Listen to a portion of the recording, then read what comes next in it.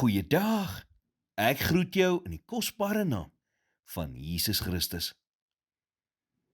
Ek sien onlangs 'n advertensie deur uitgewers uitgegee met die titel 10 boeke om te lees voordat jy sterf.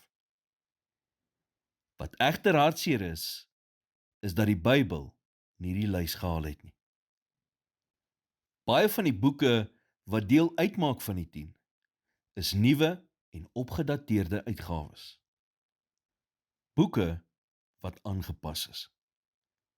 En ongelukkig probeer mense dieselfde doen met God se woord. Hulle pas dit aan om dit geriefliker en makliker te maak om te volg. Die waarheid is egter dat God se woord nooit verander nie. Die gevolge van sonde is nog steeds dieselfde.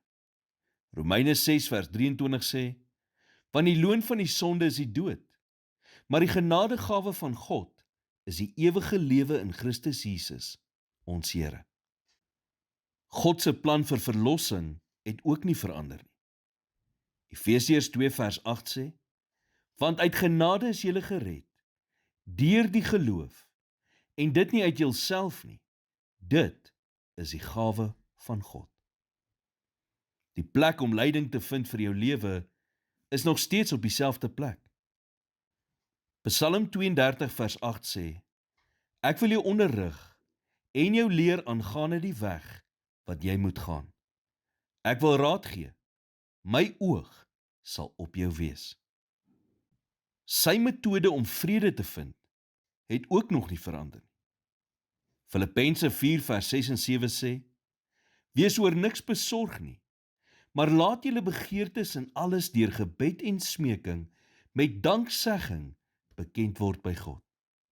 En die vrede van God, wat alle verstand te bowe gaan, sal julle harte en julle sinne bewaar in Christus Jesus. Die Bybel verander nie. Dit verander ons. En as ons nie saamstem met iets wat ons in die Bybel lees nie, is dit nie die Bybel wat moet verander nie. Dit is ons wat moet verander. Dit is ons wat ons opinies moet heroorweeg en dit verander in die lig van God se onveranderlike woord.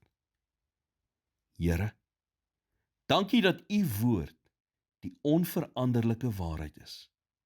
Net soos wat u onveranderlik en getrou is. Help my deur die Gees om my aan u woord te onderwerp en in alle omstandighede aan die waarheid daarvan vas te hou. In Jesus naam bid ek dit.